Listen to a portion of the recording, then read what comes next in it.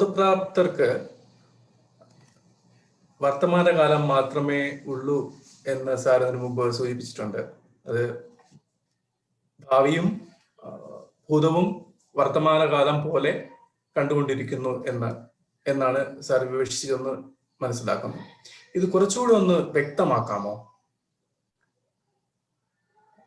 ഇത് വ്യക്തമാക്കാമെന്ന് ഉദ്ദേശിച്ചത്, അപ്പം എന്റെ മനസ്സിൽ അതിനെ കുറിച്ച് ആലോചിച്ചപ്പോ വന്ന ഒരു ദൃശ്യം എന്ന് പറയുന്നത്, ഒരു സിനിമയിലെ ഒരു 3 മണിക്കൂർ ദൈർഘ്യമുള്ള സിനിമയിലെ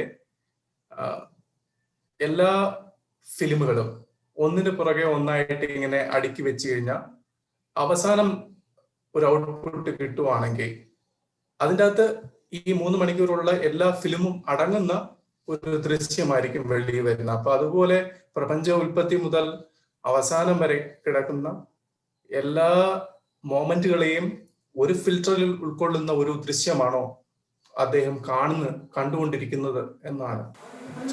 ആദ്യത്തെ വരിയിൽ ചെറിയൊരു വ്യത്യാസം ഉണ്ട്. ആദ്യത്തെ വരി എന്തായിരുന്നു വൈദ്യുവിൻ്റെ ചോദ്യത്തിൽ എന്ന് പറഞ്ഞു കഴിഞ്ഞാൽ, ഒരു ബോധപ്രാപ്തനായിരിക്കുന്ന ഒരു വ്യക്തിക്ക് പ്രസൻറ്റ് മാത്രമേ ഉള്ളൂ, വർത്തമാനകാലം മാത്രമേ ഉള്ളൂ എന്നാണ് പറഞ്ഞിരിക്കുന്നത് എന്നാണ്. അങ്ങനെ പറഞ്ഞിട്ടേയില്ല.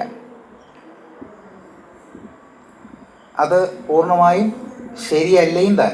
കാരണം രണ്ടാമത്തെ വരി അത് നള്ളിഫൈ ചെയ്യുന്നുണ്ട്. രണ്ടാമത് പറഞ്ഞു അവർ ഏകകാലത്തിൽ ഇത് 3 അനുഭവിക്കുകയാണെന്ന് പറഞ്ഞിട്ടുണ്ട് എന്ന് പറഞ്ഞു. ഇത് രണ്ടും തമ്മിൽ ഒരു ബന്ധവുമില്ല. മനസ്സിലായോ? അതായത് രണ്ടാമത്തെ വളരെ ശരിയാണ്. അവർക്ക് ഭൂതഭാവി വർത്തമാനങ്ങൾ എന്ന് പറയുന്ന വ്യത്യസ്തത, അതിൻ്റെ വേർതിരിവുകളില്ല എന്നുള്ളത് കുറേ നാളത്തേക്ക് ആ ബോധപ്രാപ്തിയുടെ ആദ്യ കാലഘട്ടങ്ങളിൽ ഒരു ചിന്താക്കുഴപ്പം ഉണ്ടാക്കുന്നുണ്ടെന്നും ഞാൻ മുമ്പ് സൂചിപ്പിച്ചിട്ടുണ്ട്. അവരോട് സംസാരിക്കുമ്പോൾ, പെരുമാറുമ്പോൾ ഒക്കെ തന്നെയും അവർ കാലഗണന ഇല്ലാതെ സംസാരിക്കുന്നതായിട്ട് നമുക്ക് തോന്നുകയും നമുക്കൊരു ഭ്രമം ഉണ്ടാവുകയും ചെയ്യുന്നതായിട്ടും ഞാൻ ഒരിക്കൽ പറഞ്ഞിട്ടുള്ളതായിട്ട് ഓർമ്മ വരുന്നു. അവരെ സംബന്ധിച്ചിടത്തോളം അവരൊരിക്കലും ഈ കൃത്യമായിരിക്കുന്ന ഒരു കാലഗണനയ്ക്കകത്ത് നിൽക്കുകയല്ല അവർ ചെയ്യുന്നത്. അവർ ഭൂതഭാവി വർത്തമാനങ്ങളെ ഏകകാലത്തിൽ കണ്ടുകൊണ്ടിരിക്കുകയാണ്. കാരണം അവർ നിൽക്കുന്നത് സമയത്തോടൊപ്പമാണ്. അതല്ലാത്തവർ കാണുന്നത് സമയത്തിൽ നിന്ന് ദൂരെ നിന്ന് സമയത്തെ കാണുകയാണ്. ഒരു ക്ലോക്കിൻ്റെ ചുറ്റിത്തിരിയലിനെ നമുക്കിപ്പോൾ ആലോചിക്കുകയാണെങ്കിൽ, മനുഷ്യൻ ബോധവാനാകുന്നത് വരെ നിൽക്കുന്നത് 1 മുതൽ 12 വരെയുള്ള ആ നമ്പറുകളുടെ അവിടെയാണ്. അതുവഴി സെക്കൻഡ് സൂചി കടന്നു പോകുമ്പോൾ അത് പ്രസൻ്റായി തോന്നുകയും അത് കഴിഞ്ഞു പോയിക്കഴിയുമ്പോൾ അത് പാസ്റ്റായിട്ടും അതിനു മുമ്പ് അത് ഫ്യൂച്ചറായിട്ടും ഒക്കെ തോന്നുന്ന പോലുള്ളൊരു ഭ്രമാത്മക ദർശനമാണ് നാം അനുഭവിച്ചുകൊണ്ടിരിക്കുന്നത്. ബോധവാൻ നേരെ തിരിച്ച് ആ സൂചിക്കൊപ്പം സഞ്ചരിക്കുന്നതായിട്ടോ അല്ലെങ്കിൽ കേന്ദ്രത്തിൽ നിന്നുകൊണ്ട് വീക്ഷിക്കുന്നതായിട്ടോ നമുക്ക് അനുമാനിക്കാം, അല്ലെങ്കിൽ നമുക്ക് സങ്കല്പിക്കാം. ആ സങ്കല്പത്തിൽ ഇതെല്ലാം ഒരുമിച്ച് തന്നെ കണ്ടുകൊണ്ടിരിക്കുന്നു എന്നുള്ളതാണ് മനസ്സിലാക്കേണ്ടത്. അപ്പോൾ വ്യത്യസ്തമായിരിക്കുന്ന കാഴ്ചപ്പാടുകളല്ല അവിടെ ഉള്ളത്. അപ്പോൾ ഈ വ്യത്യസ്തമായിരിക്കുന്ന, പിന്നെ ഇന്നിൽ ജീവിക്കുക എന്നൊക്കെ പറയുന്നത് എന്തിനു വേണ്ടി എന്ന് ചോദ്യം വരാം. അത് ഈ വ്യത്യസ്തമായിരിക്കുന്ന 3 കാലങ്ങളെ അനുഭവിച്ചു കൊണ്ടിരിക്കുന്ന അബോധവാനായിരിക്കുന്നവൻ്റെ ആവശ്യമാണ്, അവൻ്റെ സാധനയാണ്. അവനാണ് പാസ്റ്റിലും ഫ്യൂച്ചറിലും സമയം കളയാതെ അവൻ പ്രസൻറ്റിൽ കൂടുതലായി സമയം ചിലവഴിക്കാൻ അവൻ കൂടുതൽ ശ്രദ്ധിക്കണം എന്ന് ആവശ്യപ്പെടുന്നത്. കാരണം ശരീരത്തിലിരിക്കുമ്പോൾ അവന് കിട്ടുന്ന ഏറ്റവും വലിയ ഒരു ബോണസാണ് പ്രസൻറ്റിൽ നിൽക്കാൻ പറ്റുക എന്നുള്ളത്.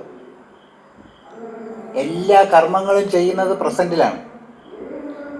നമ്മൾ ഫ്യൂച്ചറിലോ പാസ്റ്റിലോ അല്ല നമ്മൾ കർമ്മങ്ങൾ ചെയ്തുകൊണ്ടിരിക്കുന്നത്, എല്ലാം പ്രസൻറ്റ് ചെയ്തുകൊണ്ടിരിക്കുന്നത്.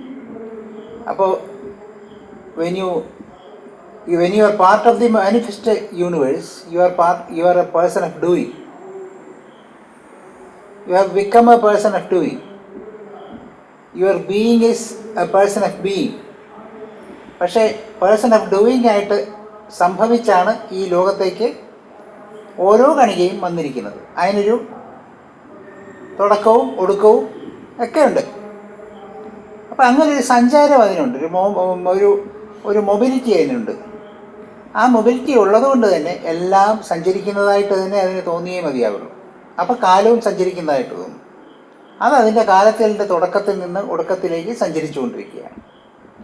അപ്പോൾ അങ്ങനെ വരുമ്പോൾ അവനെ സംബന്ധിച്ചിടത്തോളം ബിക്കമിങ്ങിൽ കൂടെ ആയിത്തീരുന്നത് വഴി അവൻ ഡൂയിങ്ങിൻ്റെ ആളായിട്ട് വരുമ്പോൾ, അതായത് ചെയ്തികളുടെ ആളായിട്ട് വരുമ്പോൾ, ആ ചെയ്തികളുടെ ആളായിട്ട് വരുന്നതിന് മുഴുവൻ കാരണമായിരിക്കുന്നത് പ്രസൻ്റാണ്. പ്രസൻറ്റിൽ മാത്രമേ അവൻ എന്തെങ്കിലും ചെയ്യാൻ പറ്റുള്ളൂ. അവനത് ആ ശരീരം ഇല്ലാതിരിക്കുന്നിടത്തോളം അവനൊന്നും ചെയ്യാൻ പറ്റുന്നില്ല. ആ ശരീരം ആവശ്യമാണ് എന്ത് ചെയ്യുന്നതിന്. അതുകൊണ്ട് തന്നെ ഏറ്റവും പ്രധാനപ്പെട്ട നമ്മുടെ ധർമ്മം എന്ന് പറയുന്നത് നമ്മൾ ചെയ്യുക എന്നുള്ളതാണ്, എന്തെങ്കിലും ചെയ്യുക. ഇത് കൺഫ്യൂസ് ആവാൻ സാധ്യതയുണ്ട്. നമ്മൾ മാൻ ഓഫ് ഡൂയിങ്ങിൽ നിന്ന് ബെറ്ററാണ് മാൻ ഓഫ് ബീയിങ് എന്ന് നമ്മൾ സംസാരിച്ചിട്ടുണ്ട് എന്ന് പറഞ്ഞുകൊണ്ട് പണ്ടത്തെ കോട്ട് ചെയ്തുകൊണ്ട് വരാം. പക്ഷേ ഇത് രണ്ട് കാര്യങ്ങളാണ്. അടിസ്ഥാനപരമായിരിക്കുന്ന പ്രകൃതി ധർമ്മമാണ് ഇവിടെ സൂചിപ്പിക്കുന്നത്. പ്രകൃതി ധർമ്മമാകട്ടെ ബോധവത്തായിരിക്കുന്നതല്ല. പ്രകൃതി മൊത്തത്തിൽ അബോധവത്തായിരിക്കുന്ന ഒരു അവസ്ഥയിലാണ്. അതിനകത്ത് ബോധവാനായിരിക്കുന്നവൻ ഒന്നും ചെയ്യുന്നില്ല, അല്ലാത്തവനാണ് ചെയ്യുന്നത്. പക്ഷേ ഈ പറഞ്ഞ ഡൂയിങ്ങിന് വേണ്ടി 3 തരത്തിലുള്ള കാലഘട്ടങ്ങൾ ഉണ്ടാകേണ്ടതായിട്ട് വരുന്നു. ഒരു കാര്യം ചെയ്യുന്നു, അതിന് പുറകിലുള്ള കാലഘട്ടം അവൻ്റെ പാസ്റ്റായിട്ടും അതിന് മുമ്പുള്ള സമയങ്ങൾ ഫ്യൂച്ചറായിട്ടും അവന് കാണാനുള്ള സാഹചര്യം വരുന്നു. ഇത് ബോധവാനല്ലാത്ത ഒരാളെ സംബന്ധിച്ചിടത്തോളം ഈ കാലഗണന ഉള്ളതുകൊണ്ടാണ് നീ വർത്തമാനകാലത്തിൽ ജീവിക്കൂ എന്ന് അവനോട് പറയുന്നത്. അവനത് ആവശ്യമാണ്. കാരണം അവൻ ഭാവിയിലോ ഭൂതത്തിലോ സമയം കളഞ്ഞുകൊണ്ടിരുന്നിട്ട് കാര്യമില്ല. അവൻ്റെ ജോലി ചെയ്യുക എന്നാണ്. അതാണ് ഏറ്റവും പ്രധാനം. എർത്തിലി ആയിരിക്കുക, പൃഥ്വി ധർമ്മത്തിലിരിക്കുക, പാർത്ഥനായിരിക്കുക. അതായത് മണ്ണിൻ്റെ മകനായിരിക്കുക. അവനാണ് ജയം എന്നാണ് ഭഗവത്ഗീതയിലും പറയുന്നത്. ഭഗവത്ഗീതയിലെ അവസാനം പറയുന്ന ശ്ലോകത്തിൽ അങ്ങനെ വ്യാഖ്യാനിക്കാം. അർജുനന് ജയം എന്ന് മാത്രമല്ല, സൺ ഓഫ് ദി സോയിൽ, പച്ചയായ മനുഷ്യനാണ് ജയം എന്നും അവിടെ സൂചനയുണ്ട്. കാരണം പ്രകൃതി അവനെ പൂർണ്ണമായും സഹായിക്കുന്നു എന്ന് സൂചനയുണ്ട്. അപ്പോൾ ഞാൻ പറഞ്ഞുകൊണ്ടിരുന്നത് ആ ഡൂയിങ്ങിലേക്ക് വരുമ്പോഴാണ് ഈ പാസ്റ്റും ഫ്യൂച്ചറും പ്രസൻറ്റും ഒക്കെ അവൻ്റെ മുമ്പിൽ വന്നിരിക്കുന്നത്. അവിടെ നിൽക്കുമ്പോഴാണ് നിനക്ക് ഡൂയിങ് ആണ് ഏറ്റവും പ്രധാനം. ആ ഡൂയിങ് ആണ് നിൻ്റെ ധർമ്മം. ആ ധർമ്മത്തിൽ നിനക്ക് പ്രസൻറ്റിൽ ഇരിക്കേണ്ടതായ ധർമ്മമുണ്ട്. അതുകൊണ്ട് നീ പാസ്റ്റിനെയും ഫ്യൂച്ചറിനെയും കുറിച്ച് സമയം കളയാതെ നീ പ്രസൻറ്റിൽ ചെയ്യാനുള്ളത് ചെയ്യൂ എന്ന് പറഞ്ഞുകൊണ്ടാണ് പ്രസൻറ്റിൽ ചെയ്യാൻ പറയുന്നത്. അതുകൊണ്ട് അവനെ മാത്രമാണ് ഈ പറഞ്ഞ ഡിവിഷൻസൊക്കെ ബാധകമായിരിക്കുന്നത്. ഈ ഡിവിഷൻസൊക്കെ ഇല്ലാതാകുന്ന ഒരു ഹയർ സെൻസിലാണ് ബോധവാനെന്ന് സാധാരണ നമ്മൾ പറഞ്ഞുകൊണ്ടിരിക്കുന്നത്. അപ്പോൾ അദ്ദേഹത്തെ സംബന്ധിച്ചിടത്തോളം കാഴ്ചപ്പാട് എന്ന് പറയുന്നത് ഈ ഏകകാലത്തിൽ എല്ലാത്തിനെയും ഒരുമിച്ച് കാണുന്ന ഒരവസ്ഥയായിരിക്കും ഉണ്ടായിരിക്കുക. അതുകൊണ്ട് അദ്ദേഹത്തെ ഈ പ്രസൻറ്റ് മാത്രം അദ്ദേഹത്തെ ശല്യപ്പെടുത്തുന്നില്ല. പ്രസൻറ്റിൽ കണ്ട ഒരു കാഴ്ച, ഒരു സംഭവം, ഒരു അനുഭവം അദ്ദേഹത്തെ ഇളക്കുന്നില്ല. എന്തുകൊണ്ട്? അതിൻ്റെ പുറകിലുള്ള വേരുകൾ കിടക്കുന്ന പാസ്റ്റ് അദ്ദേഹത്തിന് കാണാം. അതിൽ നിന്നുള്ള ശാഖകൾ വളർന്നുപോയി ഉണ്ടാകാൻ പോകുന്ന ഫലങ്ങൾ എന്ന് പറയുന്ന ഫ്യൂച്ചറും അദ്ദേഹത്തിന് കാണാം. അതുകൊണ്ട് അദ്ദേഹത്തിന് ഇതിലൊരു ഭ്രമവും അതിനകത്തുണ്ടാകുന്നില്ല. അപ്പോൾ ത്രികാല ജ്ഞാനം ഇവിടെ ഉള്ളതുകൊണ്ട് സംഭവങ്ങളോടുള്ള പ്രതികരണം. ഇന്നിപ്പോൾ നിക്സ സാറ് വിദഗ്ധന്മാരും സംഭവങ്ങളുമായിട്ട് എങ്ങനെ പ്രതികരിക്കുന്നു എന്ന് ജൂലൈ 15 ചോദിച്ച ചോദ്യം ആൻസർ കേട്ടുകൊണ്ടിരിക്കുകയായിരുന്നു ഞാൻ. അപ്പോൾ സംഭവങ്ങളോട് പ്രതികരിക്കുന്നത് ഈ ത്രികാല സ്വരൂപത്തിലാണ്. ഈ കാലത്തിൻ്റെ കാര്യം അവിടെ പറഞ്ഞിട്ടില്ല, അത് വേറെ എൻ്റെ ഡിഫറൻ്റ് ആയിട്ടൊരു ആൻസറാണ്. അപ്പോൾ കാലത്തിൻ്റെ ത്രികാല സ്വരൂപം ഉള്ളതുകൊണ്ട് ഇത് മൂന്നും അറിഞ്ഞുകൊണ്ട് അതിൽ കൂടെ പോകാൻ സാധിക്കുന്നു, അതിനൊരു കുലുക്കവും ഉണ്ടാക്കുന്നില്ല എന്നുള്ളതാണ്. അതാണ് അപരയെ സംബന്ധിച്ചിടത്തോളം ഉണ്ടാകുന്നത്. അപ്പം ബൈജുവിൻ്റെ ചോദ്യത്തിൽ പറഞ്ഞ ആ പ്രസൻറ്റിലിരിക്കുന്ന അവസ്ഥ എന്ന് പറയുന്നത് അവർക്ക് എല്ലായിടത്തും കണ്ടുകൊണ്ടിരിക്കുകയാണ് എന്നുള്ളതാണ്. ബൈജുവിൻ്റെ രണ്ടാമത്തെ ഒരു ചോദ്യം എന്ന് പറയുന്നത് പ്രപഞ്ചത്തിൻ്റെ തുടക്കം മുതൽ ഒടുക്കം വരെയുള്ള കാര്യങ്ങൾ എന്നുള്ളതാണ്. അങ്ങനെയല്ല, നമുക്കിപ്പോൾ നമുക്ക് ബൈജുവിന് അക്സസിബിളായിട്ടുള്ള ഒരു നെറ്റ്വർക്കിനകത്ത് ഉള്ള ഇൻഫർമേഷൻ മുഴുവൻ ബൈജു അറിഞ്ഞുകൊണ്ടിരിക്കുകയാണ്. Baiju as and when necessary, as and when needed, Baiju ആ പർട്ടിക്കുലർ ഇൻഫർമേഷനിലേക്ക് പോവുകയാണ് ചെയ്യുന്നത്. അല്ലാതെ ആ ഇൻഫർമേഷൻ മുഴുവൻ അറിഞ്ഞു വെച്ചുകൊണ്ടിരിക്കുകയല്ല. പക്ഷേ ഇത് ആവശ്യത്തിന് അവൈലബിൾ ആണല്ലോ, തീർച്ചയായിട്ടും അവൈലബിൾ ആണ്. എവിടെയാണ് അവൈലബിൾ ആയിരിക്കുന്നത്? ഒരു നെറ്റ്വർക്കിലാണ് അവൈലബിൾ ആയിരിക്കുന്നത്, അല്ലാതെ ബൈജുവിൻ്റെ ഹാർഡ് ഡിസ്കിലല്ല. ബൈജുവിന് എപ്പോൾ വേണോ അത് ആക്സസ് ചെയ്യാൻ പറ്റും. ബൈജുവിന് ആക്സസ് ചെയ്യാൻ വേണ്ടി, ഒരു നെറ്റ്വർക്കിൽ നിന്ന് ആക്സസ് ചെയ്യാൻ വേണ്ടി ഏതാനും സെക്കൻഡുകൾ എടുത്തേക്കും. ബോധപ്രാപ്തന് അതുപോലും ആവശ്യമില്ല. അത്രയേ ഉള്ളൂ വ്യത്യാസം. വളരെ പെട്ടെന്നാണ് അങ്ങനൊരു ഇൻഫർമേഷൻ ആക്സസ് ചെയ്യുന്നത്. ഇത് വളരെ ദൂരമൊന്നുമല്ല, ഇത് വളരെ കുറച്ച് കഴിയുമ്പോഴത്തേക്കും ഇത് വളരെ വ്യക്തമായി മനുഷ്യനെ ശാസ്ത്രീയമായിട്ട് തന്നെ മനസ്സിലാവും. ഇങ്ങനൊരു സാധ്യത മനുഷ്യനുണ്ട് എന്ന് മനസ്സിലായി തുടങ്ങും. നമ്മളാരും ഒന്ന് ജീവിച്ചിരിക്കണമെന്നില്ല, പക്ഷെ മനുഷ്യൻ കണ്ടുപിടിക്കാൻ പോകുന്ന കാര്യങ്ങൾ തന്നെയാണിത്. ഇതാണ് ഇവിടെയുള്ളവർ സ്പിരിച്വൽ എന്ന് പറഞ്ഞിരുന്നത്. ആ സ്പിരിച്വലായിട്ട് പറഞ്ഞിരിക്കുന്ന പല കാര്യങ്ങളും സയൻറ്റിഫിക്കായിട്ട് തന്നെ പ്രൂവ് ചെയ്യപ്പെടുകയും അതിലെത്തിച്ചേരുകയും ചെയ്തോളൂ. കാരണം മനുഷ്യനുള്ള അപാരമായ സാധ്യതകളിലൊന്നാണത്. അപ്പോൾ അതുകൊണ്ട് ആദ്യം മുതലുള്ള കാര്യങ്ങൾ ഇങ്ങനെ ഒരുമിച്ച് കാണുക എന്നുള്ളതല്ല ഇവിടെ സംഭവിക്കുന്നത്. ഞാൻ കഴിഞ്ഞ ദിവസം സംസാരിച്ചപ്പോൾ സൂചിപ്പിക്കുകയുണ്ടായി, ഈ വിപസന ഒക്കെ ട്രെയിൻ ചെയ്യുന്ന സ്ഥലങ്ങളിൽ ചിലർക്ക് നിയന്ത്രണമില്ലാത്ത ഇമേജുകൾ മനസ്സിൽ കൂടെ വരുന്ന ഒരു സാഹചര്യം ഉണ്ടാവാറുണ്ട്. കാരണം പഴയ പാസ്റ്റിൽ നിന്നുള്ള കാര്യങ്ങൾ, അവരവരുടെ പാസ്റ്റിൽ നിന്നുള്ള കാര്യങ്ങൾ എന്താണെന്ന് അറിഞ്ഞുകൂടാതെ ഇങ്ങനെ കാണാൻ തുടങ്ങുക. അതിങ്ങനെ കണ്ട് അതിനെക്കുറിച്ച് എന്തെങ്കിലും ഒരു തീരുമാനം എടുക്കാം എന്ന് മനസ്സാലോചിക്കുമ്പോൾ അടുത്തൊരു പിക്ചർ വരിക, അടുത്തൊരു സംഭവം വരിക. ഇങ്ങനെ ഒരു സ്വപ്നം പോലെ, ഒരു മൊണ്ടാഷ് എന്നതിനെ വിളിക്കും സിനിമയിൽ. ആ മൊണ്ടാഷ് പോലെ ഇങ്ങനെ കണ്ടുകൊണ്ടിരിക്കുന്നൊരവസ്ഥ ചിലർക്ക് ഉണ്ടാകാറുണ്ട്. കാരണം വേറൊന്നും കൊണ്ടല്ല, ആ മെഡിറ്റേഷൻ പ്രോസസ്സിലുള്ള ഹിഡൻ ഡേഞ്ചറുകളിൽ ശ്രദ്ധിക്കാതെ പോകുന്നത് കൊണ്ടുള്ള, അല്ലെങ്കിൽ വേണ്ടത്ര ഗൈഡൻസ് ഇല്ലാതെ പോകുന്നത് കൊണ്ടുള്ള കുഴപ്പങ്ങളാണത്. അത്തരം സാഹചര്യങ്ങളിൽ തല നമുക്ക് ഭിത്തിയിൽ കൊണ്ടിരിക്കാൻ തോന്നുന്ന രീതിയിലുള്ള ഭ്രമങ്ങളാണ് സംഭവിച്ചുകൊണ്ടിരിക്കുന്നത്. കാരണം നമുക്കത് താങ്ങാൻ പറ്റാത്ത അവസ്ഥയാണ്.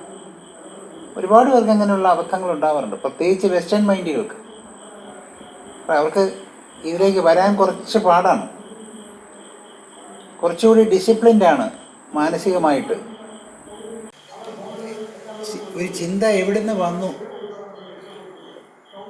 എന്ന് നമ്മൾ തിരിച്ചാലോചിക്കുന്നത് പോലും വാസ്തവത്തിൽ മനസ്സിൻ്റെ പരിശോധനയ്ക്ക് ഡേഞ്ചറസ് ആവാറുണ്ട്. അപ്പം നമ്മളൊരു ചിന്ത പെട്ടെന്ന് എൻ്റെ മനസ്സിൽ വന്നു, ഇത് എവിടെ നിന്ന് വന്നു എന്ന് പറഞ്ഞാൽ നമ്മൾ അതിൻ്റെ കാരണം ഇങ്ങനെ പിറകോട്ട് വരച്ചു പോവുക.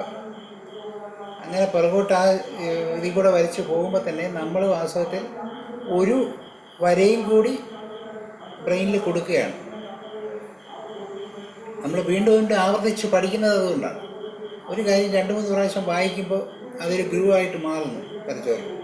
പറഞ്ഞ പോലെ നമ്മുടെ ചിന്തയുടെ കാര്യം എന്താണെന്ന് നമ്മൾ തിരിച്ചന്വേഷിക്കുമ്പോൾ ആ ചിന്ത വളരെ പ്രബലമായിത്തീരും.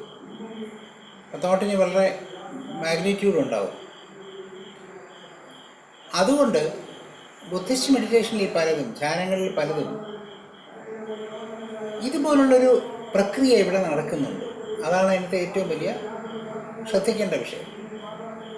അതുകൊണ്ട് അതിനകത്തേക്ക് പോകുമ്പോൾ ഇങ്ങനെ ഒരു തോട്ടിൻ്റെ ബേസിലേക്ക് പോകാൻ വേണ്ടിയുള്ള ശ്രമം ഒക്കെ ഇങ്ങനെ നടത്തിക്കൊണ്ടിരിക്കുകയായിരിക്കും. അത് നടത്തുന്നതിൻ്റെ ഭാഗമായിട്ട് കൂലങ്കഷമായിട്ടുള്ള അന്വേഷണം അകത്തേക്ക് നടക്കും. അത് പലപ്പോഴും തലച്ചോറിന് പരിചയം കാണും. തലച്ചോറിന് വലിയ പരിചയമില്ല. ഇത് സ്റ്റെപ്പായിട്ട് പതുക്കെ തുടങ്ങിയില്ല എന്നുണ്ടെങ്കിൽ കൈ നിൽക്കില്ല. കുറച്ച് കഴിയുമ്പോൾ നമുക്ക് നമ്മുടെ അന്നത്തെ അപ്പോഴുള്ള ഒരു ജീവിത രീതിയുടെ ഇതുകൊണ്ട് പെട്ടെന്ന് ആ ഗ്രൂവിലേക്ക് അബ്സോർബ്ഡ് ആകാനുള്ള സാധ്യത ഉണ്ടാകും. പക്ഷേ ഈ പത്മവ്യൂഹത്തിനകത്ത് കയറാൻ വേണ്ടി സാധിക്കും, പക്ഷേ തിരിച്ചിറങ്ങാൻ പറ്റില്ല എന്ന് പറഞ്ഞ പോലെ ആ പ്രോസസ്സിനകത്തേക്ക് കയറാനേ പറ്റുള്ളൂ. പിന്നെ തിരിച്ചിറങ്ങാൻ പറ്റാത്ത അവസ്ഥയുണ്ടാകും. അതൊക്കെ കൊണ്ടാണ് ഒരു ഗൈഡൻസ് വളരെ നിർബന്ധമാണെന്ന് അതിന് പറയുന്നതിന് കാരണം. അത് ഭംഗിതേനെ സൂചിപ്പിച്ചു.